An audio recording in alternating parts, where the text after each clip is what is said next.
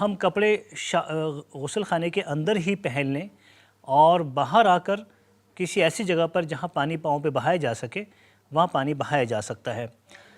تو یہ طریقہ اختیار کیا جا سکتا ہے. اب اس میں لوگ پوچھتے ہیں کہ ٹائمنگز کیا ہونے چاہیے، ایسے سوالات بھی لوگ کرتے ہیں. تو اس میں ٹائمنگ کا کوئی ایشو نہیں ہے. جس ٹائم آپ نے شاور کیا ہے، بہت سے لوگ ایسے ہوتے ہیں کہ صبح آفس جانا ہے، اسکول جانا ہے تو وہ صبح شاور لیتے ہیں. تو آپ جیسے شاور لے کے باہر آئے، اپنے ڈریس اپ ہو کے آپ باہر آ کے پاؤں پر پانی بہا لیجئے. اسی طرح اگر کوئی شخص شام میں واپس آیا ہے اپنے گھر، اپنے آفس سے یا کسی اور کام سے گھر واپس آ کر آپ نے شاور کیا ہے، آپ شام میں رات میں بھی یہ تھراپی کر سکتے ہیں. نزلہ زکام کے لیے اور سردیوں کے امراض کے لیے احادیث مبارکہ میں ایک بہت خوبصورت ہربس کا نام ملتا ہے. یہ ایک ایسی جڑی بوٹی ہے کہ جو انسانی جسم کے 80% امراض کا علاج بتائی جا رہی ہے اس وقت. یہ ہے کست شیریں، کوسٹس روٹس بھی کہتے ہیں اسے. تو کست شیریں ½ ٹی اسپون اس کا پاؤڈر بنا لیجئے. آدھا چائے کا چمچہ ناشتے کے بعد، آدھا چائے کا چمچہ رات کھانے کے بعد. یہ سردیوں میں اپنی عادت بنا لیں تو انشاءاللہ سردیوں کے امراض، سردیوں میں ہونے والے ایشوز آپ کے سامنے نہیں آئیں گے. ایک کالر ہمارے ساتھ ہیں. السلام علیکم. صاحب میرا نام خالد ہے. جی خالد صاحب، کہاں سے بات کر رہے ہیں؟ جی میں کراچی سے بات کر رہا ہوں وکیل صاحب. میں آپ کا پروگرام دیکھ رہا تھا، آپ کا پروگرام بہت اچھا لگا مجھے. تو میں آپ کے ٹاپک کے حوالے سے میرے پاس ایک سوال تھا، جی اگر آپ میری رہنمائی کر سکیں اس حوالے سے تو. جی فرمائیے. جی اکثر سردیوں میں میرے ساتھ ایک مسئلہ رہتا ہے، سائنس کا پرابلم شروع ہو جاتا ہے اور یہ بڑھ جاتا ہے، بہت زیادہ ہی بڑھ جاتا ہے. تو اس حوالے سے ذرا رہنمائی کیجیے کہ ایسا کیوں ہوتا ہے. آپ کی عمر کیا ہے؟ جی میری عمر 25 سال ہے. 25 سال ہے. خالد صاحب میں اس کا جواب دیتا ہوں. جی خالد صاحب نے سوال کیا کہ انہیں سردیوں میں سائنس ایک ایسا ایشو ہے جس میں سانس کا پورا ٹریک، یعنی ناک بلکہ پورا ENT اس میں انوالو ہوتا ہے. اور یہ ریکریشنلی اس میں کچھ ایشوز آ جاتے ہیں کہ آپ سانس پوری طرح لے نہیں پاتے، اور کہیں ناک کا ٹیڑھا ہونا بھی اس میں شامل کیا جاتا ہے. ناک کے اندر اگر کہیں رکاوٹیں ہیں، یعنی کوئی سسٹ ہے کسی قسم کی، اس کو بھی اس میں ضرور ٹیسٹ کیا جاتا ہے تاکہ اگر اس قسم کا کوئی ایشو ہے تو اس کو سالو کیا جائے. اس کی سرجریز ہوتی ہیں، اسپتالوں میں بہت اچھا انتظام ہے سائنس کا. لیکن کچھ ایسے نیچرل تھراپیز بھی ہیں کہ جن کے ذریعے سے ہم سائنس کا علاج بھی کر سکتے ہیں.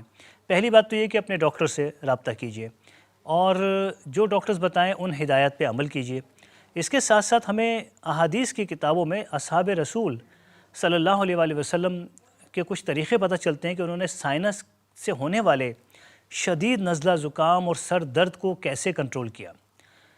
تو اس میں کلونجی 1 ٹیبل اسپون اور زیتون کا تیل ایکسٹرا ورجن 1 کپ، اسے 1-2 منٹ تک ابال کر اسے ٹھنڈا کر لیجئے. پھر اس کے بعد فلٹر کیجئے.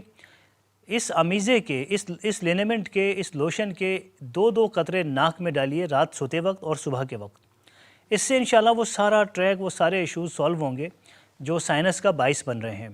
یہاں تک اس میں ہوا ہے کہ ہم نے اکثر مریضوں کو دیا، پاکستان میں بھی اور پاکستان سے باہر بھی. میں نے جب دیکھا کہ لوگوں کے وہ مسائل جسے ناک کا ٹیڑھا ہونا ہم کہتے ہیں، تو 2-3 ماہ میں یہ پریکٹس کرنے سے، یہ لینمنٹ اور یہ لوشن ناک میں ڈالنے سے وہ ناک کی ٹیڑھی ہڈی بھی سیدھی ہو گئی. تو یہ ایک اچھا عمل ہے، اس کو انشاءاللہ کیجئے. اور ساتھ یہ کہ وہ باتیں جس سے سائنس میں اضافہ ہو سکتا ہے اس سے اوائڈ کیجئے. سردیوں کا ذرا خاص خیال رکھیے. ننگے پاؤں ٹھنڈے فرش پہ چلنے سے اجتناب کیجئے اور کوشش کریں آپ کو ہائپوتھرمیا نہ ہو، یعنی آپ کے جسم کا درجہ حرارت وہ نیچے نہ آنے پائے، جو کہ سردیوں میں بہت زیادہ شکایت ہوتی ہے.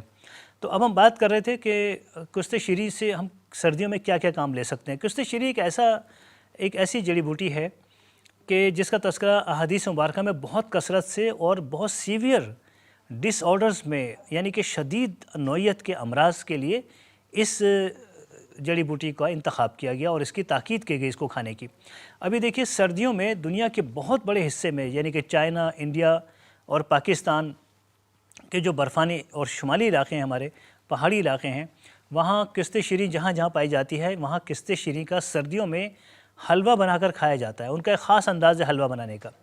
اگرچہ وہ بہت زیادہ ٹیسٹی، بہت زیادہ لیوش نہیں ہوتا، لیکن فائدہ مند بے انتہا ہوتا ہے۔ تو یہ وجہ ہے کہ وہ برف میں اور چاروں طرف جو ہیوی اسنو فال ہوتا ہے، گلیشیئرز پہ لوگ رہتے ہیں، وہ کشت شیریں کا حلوہ کھا کر وہ لوگ خود کہتے ہیں کہ ہم کشت شیریں کا حلوہ بناتے ہیں، ہمیں سارا دن وہ امراض یا وہ مسائل نہیں ہوتے جو کہ دوسرے لوگوں کو ہوتے ہیں جو اس کو استعمال نہیں کرتے۔